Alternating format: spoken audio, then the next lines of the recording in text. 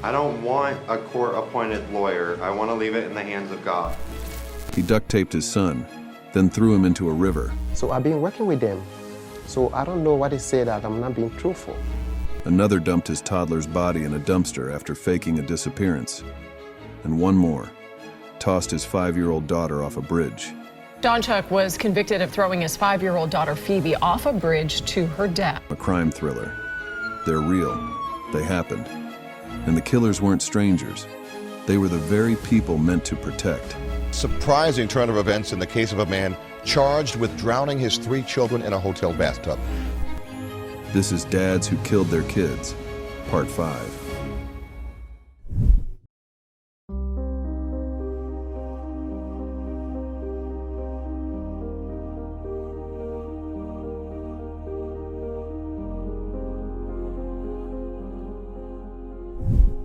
What kind of father reports his child kidnapped, only for the truth to reveal a far more sinister reality? An East Point man is indicted on multiple charges, including murder, after he was accused of killing his 2-year-old son and lying to police. On August 16, 2023, in East Point, Georgia, 23-year-old Artavius North told police that armed robbers had abducted his 2-year-old son, Jasia Mitchell, during a carjacking at a stop sign. North claimed a suspicious car had been following him as he left the apartment complex where Jasia lived, and he even called the boy's mother, Asia Mitchell, to report the alleged kidnapping. The community rallied, launching a desperate search for the missing toddler. Yet, within hours, North's story began to unravel. Police quickly noticed inconsistencies and, the next day, arrested North for making false statements and filing a false police report. He was the last person to see Jasia alive. A week later, on August 23rd, authorities discovered the remains of a young child at the East Point Transfer Station, a local garbage facility. The Georgia Bureau of Investigation later confirmed through DNA that the remains were Jasia's. North was ultimately indicted for murder, felony murder, first-degree cruelty to children, concealing the death of another and abandonment of a dead body. Jasia's mother, Asia Mitchell, expressed her grief and anger, saying, "You took something precious, something innocent. You took a king from this world." She awaits justice, hoping for a conviction that will bring closure. This tragic case serves as a chilling reminder that sometimes the greatest threats come from those closest to us.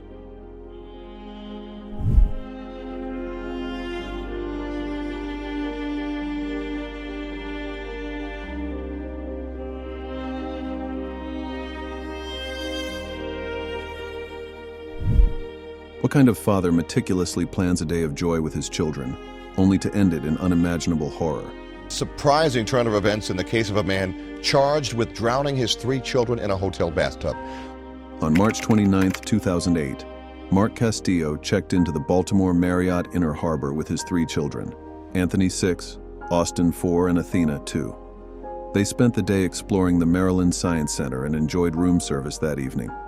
But beneath this facade of normalcy, a chilling plan was unfolding. In a haunting confession, Castillo admitted to using a stopwatch to time the drownings of each of his children in the hotel bathtub. After each act, he laid their bodies on the bed, pretending they were simply asleep. He then attempted to take his own life by ingesting pills and inflicting self-harm, but ultimately survived. Castillo's actions were the devastating culmination of a bitter custody dispute with his ex-wife, Dr. Amy Castillo. Despite her repeated warnings to the court about his mental instability, including a 2006 petition detailing his threats to kill the children to cause her pain, he was still granted visitation rights.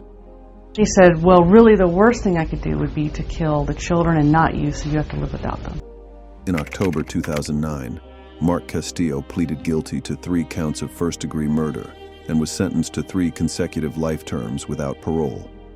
This tragic case stands as a stark reminder of the catastrophic consequences when warning signs are ignored, and when those entrusted with a child's safety become the very source of their greatest danger.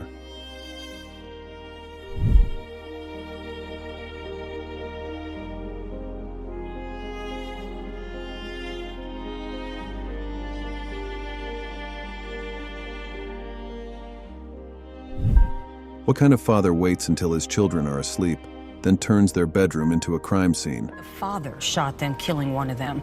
When deputies arrived, he told them it was an accident, but as Fox 13's Elizabeth Fry reports, investigators disagree. On August 29, 2022, in Tampa, Florida, 32-year-old Germaine Lavanda Bass committed an act that defies comprehension.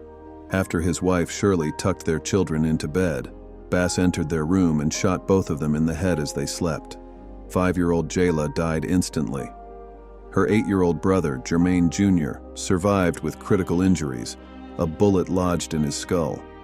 When deputies arrived, they found Bass cradling his wounded son.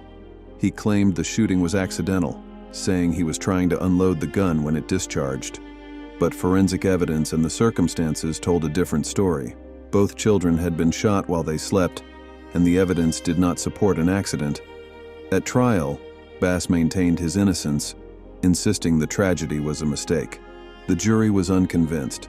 He was found guilty of first-degree murder, attempted murder, and aggravated child abuse, and sentenced to life in prison without the possibility of parole. This tragic case is a chilling reminder that sometimes the greatest threats come from within the home, a place where children should feel safest.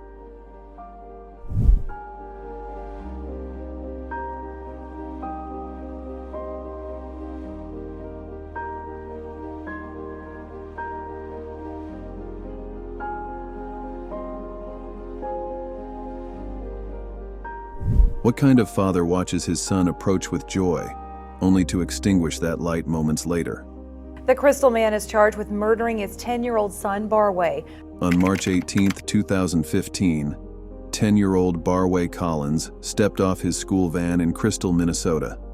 Surveillance footage captured his excitement as he exclaimed, "There's my dad," unaware of the darkness that awaited him. Later that day, Pierre Collins, Barway's father, confronted his son for playing outside instead of coming straight home. In a fit of rage, he struck Barway, leaving him unresponsive. Panicked by what he had done, Collins bound his son's limbs with duct tape and disposed of his body in the Mississippi River. He then put on a facade, joining community searches and pleading for Barway's safe return. Weeks passed before volunteers discovered Barway's body. Investigators soon learned that Collins had recently increased a life insurance policy on his son, pointing to a financial motive behind the crime. In August 2015, Pierre Collins pleaded guilty to second-degree intentional murder and was sentenced to 40 years in prison. Barway's tragic end is a haunting reminder that sometimes the greatest threats come from those we trust the most.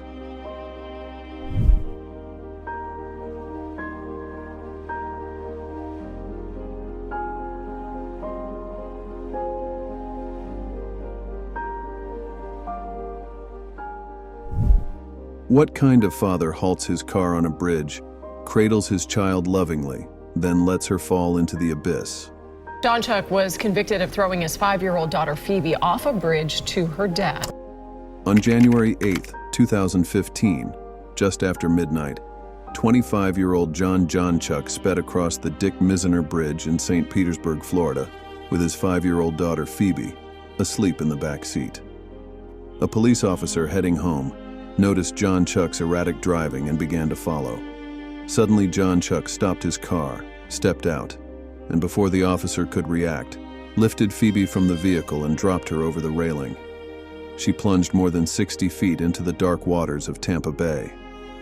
Jonchuck then fled the scene but was apprehended shortly after. Phoebe's body was recovered hours later.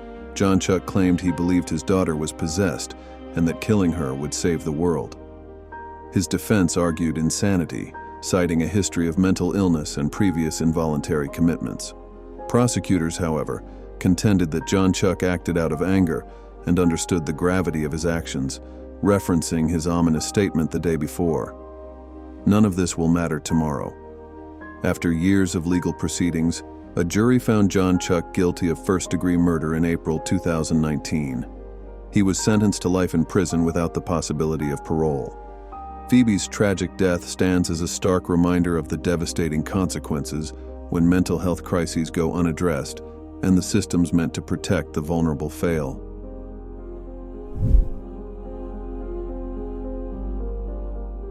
Sometimes the monsters don't lurk in shadows. They sit at the dinner table.